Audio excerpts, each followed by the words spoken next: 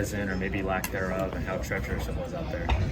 Yeah, it's just I don't know if we had that quick caution at the start of the Group B practice, and I don't know, like there was a lot of dirt blowing around, from the jet dryer. I don't know if it just covered the bottom up with marbles and dirt and whatnot, but the track was obviously in terrible shape for our practice and really slick, really hard to get a read on.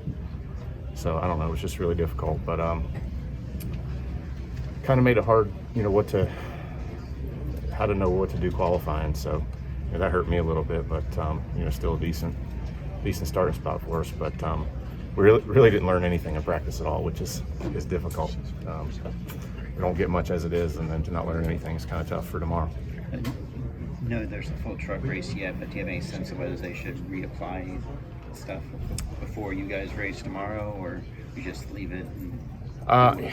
Yeah, I don't really know. It looks like it's still there, but it, like again in our practice, it didn't drive like it was there, and the speeds weren't there. So qualifying, the lap times dropped back down where we expected them to be, where they were here, last time around, last time we were here. So yeah, it's interesting. I'm not sure exactly what was going on.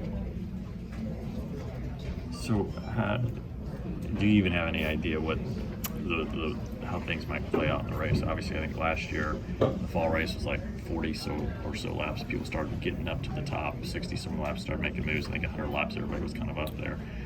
Yeah, I think the guy that won ran the bottom a lot too at the end of the race. So it just depends. Different stuff, and even with the same stuff here in the last couple races, they've all been a little different. So the tires and the temperature and all those things. There's a lot of variables there to know exactly what's going to happen. So we definitely have no idea how it's going to go tomorrow night. I feel like the tires are different. We completely wore our right sides out in practice, and we didn't even run that many laps. So definitely something going on different than we're used to here. So do you pay even more attention to the truck race to get a clue, or you just what, you go to bed early tonight because there's nothing else to do?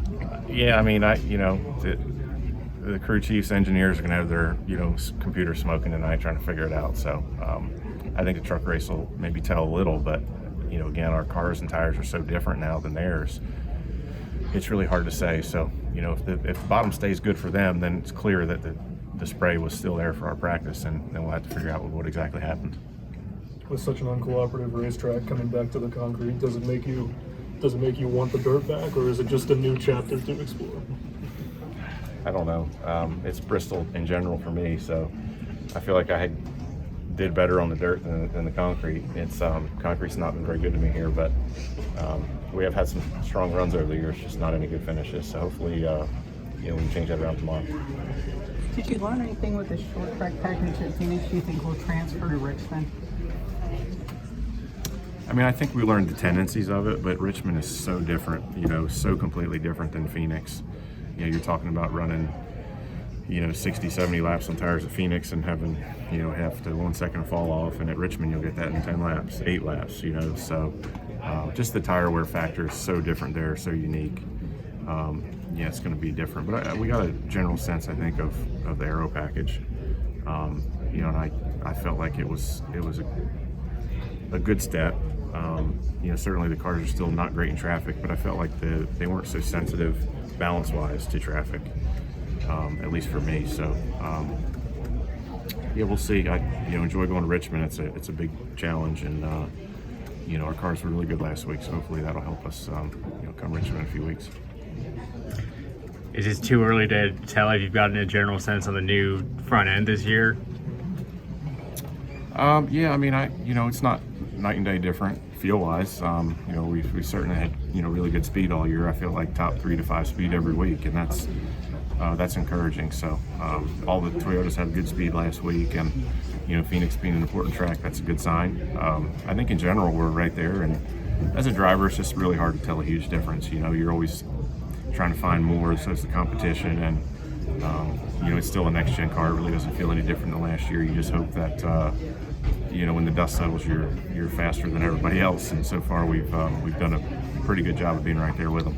Denny more or less said the same thing earlier. He said he doesn't expect it to be a ton different tomorrow from the fall. What are your thoughts on that?